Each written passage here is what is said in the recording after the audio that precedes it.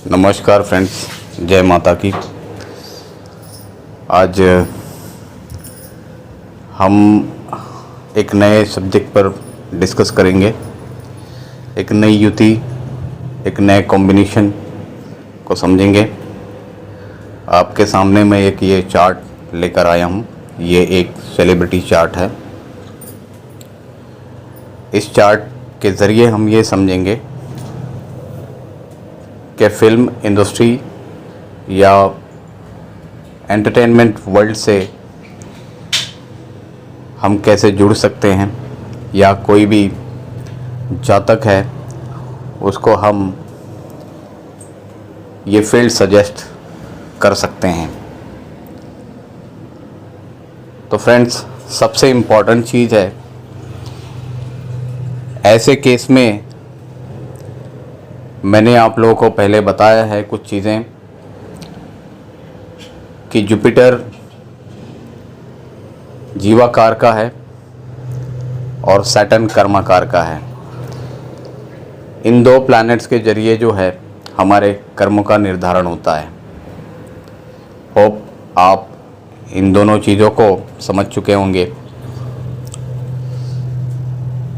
आज इस चार्ट में एक नई चीज़ भी मैं बताऊंगा आप लोगों को, जिसका इस्तेमाल करते हैं हम नाड़ी प्रेडिक्शन में। मैंने ट्राइन कॉम्बिनेशन के बारे में आप लोगों को बताया है, मोशन कॉम्बिनेशन के बारे में आप लोगों को बताया है। मेरा मतलब है मूवमेंट कॉम्बिनेशन के बारे में आप लोगों को बताया है। ज़्यादा समय नहीं लेंगे, चार्ट आप लोगों के सामने ऑलरेडी है। एंटरटेनमेंट, कला, नृत्य, गायन, इन सब चीज़ों के लिए हमें कुछ कॉम्बिनेशंस देखने बहुत ज़रूरी हैं, और कुछ प्लैनेट्स जो मैंडेट हैं, जिनमें सबसे पहले तो शुक्र और चंद्रमा, ये दो प्लैनेट बहुत इम्पोर्टेंट है देखना। तीसरा प्लैनेट है बुध, इसको भी देखना ज़रूरी है। और मीडिया एंटरटेनमेंट, फिल्म एंटरटेनमेंट, इसका मतलब होता है कि कैमरे पर आना। ठीक है जी,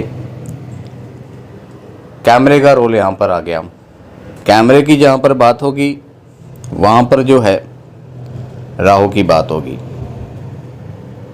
ठीक है फ्रेंड्स, क्यों? क्योंकि कैमरा जो है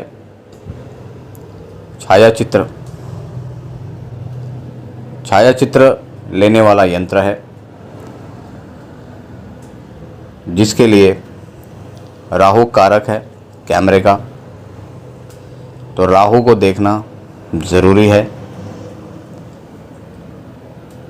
कि बंदा अपनी कला को कैमरे के सामने ला पाएगा या नहीं ला पाएगा। ठीक है, इसके लिए राहु अहम भूमिका निभाता है। तो हमें इस चार्ट में जो है राहु को, चंद्रमा को और शुक्र को, इनको देखना बहुत ज़रूरी है पहले। और फाइनली जो है सबसे इम्पॉर्टेंट जीवाकार का और कर्माकार का, क्योंकि कर्माकार का रोल जब तक नहीं होगा तब तक कोई भी चीज़, कोई भी व्यापार, कोई भी नौकरी, उससे हम जुड़ नहीं पाएंगे। तो अब हम चलते हैं कॉम्बिनेशंस पर, और आपको कॉम्बिनेशंस ड्रॉ करके मैं बता रहा हूँ। जीवाकार का जुपिटर, ये मैंने उसको मार्क कर दिया। कर्माकार का सैटर्न, और कला जगत के लिए शुक्र। ब्यूटी शुक्र। अब हम देखते हैं वीनस और जुपिटर जीवाकार का। यहाँ पर इसका सीधा सीधा संबंध है 7th का। जुपिटर और सैटर्न सीधा सीधा संबंध बनता है। सैटर्न के ट्राइन में जुपिटर या जुपिटर के ट्राइन में सैटर्न, यानी जुपिटर के ट्राइन में सैटर्न आ रहा है और 7th में वीनस आ रहा है। मतलब कि यहाँ पर कर्मकार का शनि जुपिटर के ज़रिए शुक्र से कनेक्ट हो रहा है, या जीवाकार का और कर्माकार का संबंध शुक्र से हो रहा है। कला का कारक शुक्र, ब्यूटी का कारक शुक्र। ठीक है जी।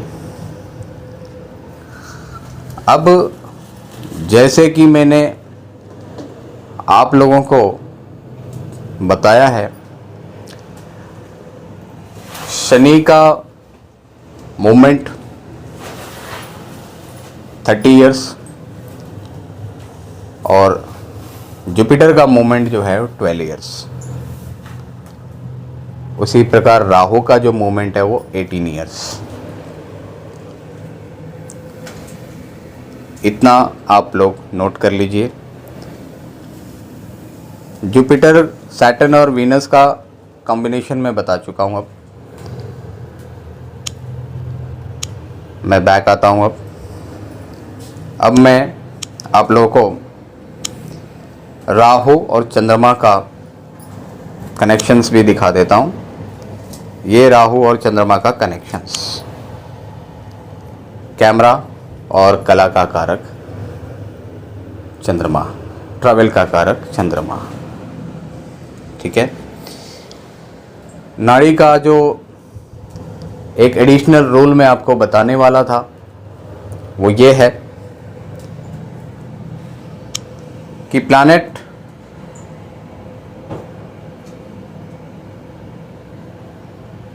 कोई भी हो,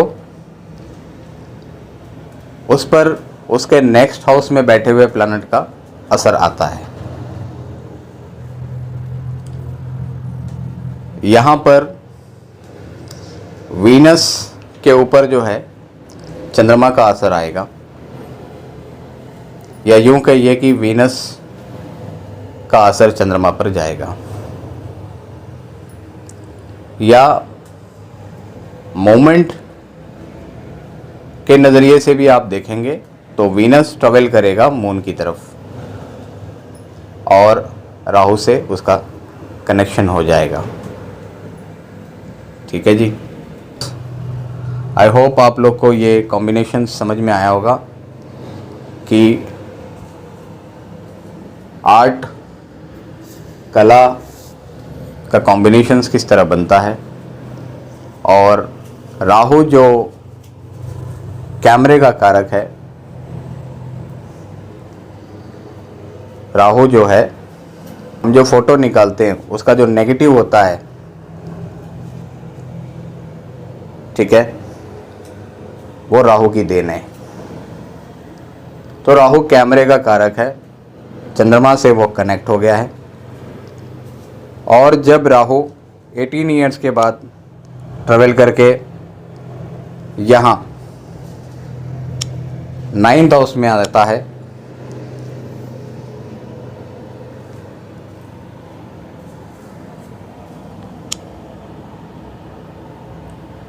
तो ये राहु जब ट्रेवल करके 10th हाउस से 9th हाउस में आता है, आप देखेंगे